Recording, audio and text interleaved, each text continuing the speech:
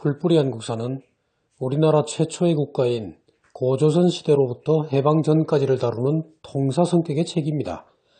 역사란 현재로 이어지는 과거를 배우는 학문이죠. 통사라면 더욱 그렇습니다.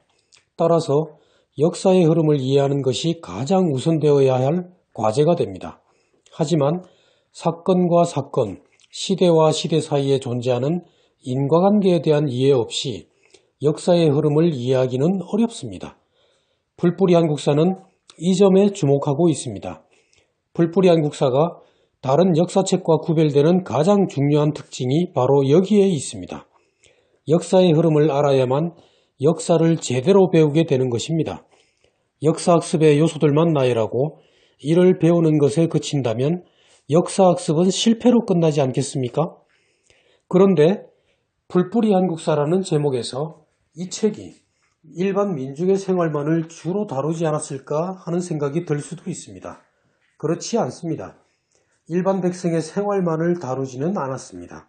다만 역사적 사건과 인물, 시대를 평가하는 기준을 민초, 일반 백성, 민중의 생활과 욕구에 부합하는지에 맞추었습니다. 각 시대별로 정치, 경제, 국제관계 등을 두루 다루지만 옳고 그름을 판별하는 기준은 민본으로 두었다는 말입니다. 민본이라는 말, 좀 두루뭉술한 표현이긴 하죠. 하지만 이렇게 이해하시면 될 겁니다. 우리 역사의 모든 인물, 사건과 시대, 그 모든 것의 평가 기준을 백성의 먹고 사는 문제의 해결 여부에 두었다고 보면 됩니다. 대동법을 예로 들어볼까요? 조선시대 백성의 등골 브레이크였던 공납을 특산물이 아닌 쌀로 일원화해 대체한 것이 대동법입니다.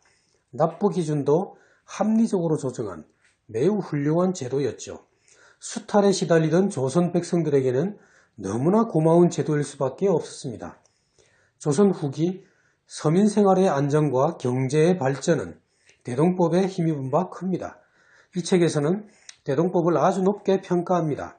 그리고 이 대동법을 시행하고 정착시키는 데 중요한 역할을 했던 이원익, 김육 같은 인물 역시 같은 관점에서 높게 평가하는 것입니다.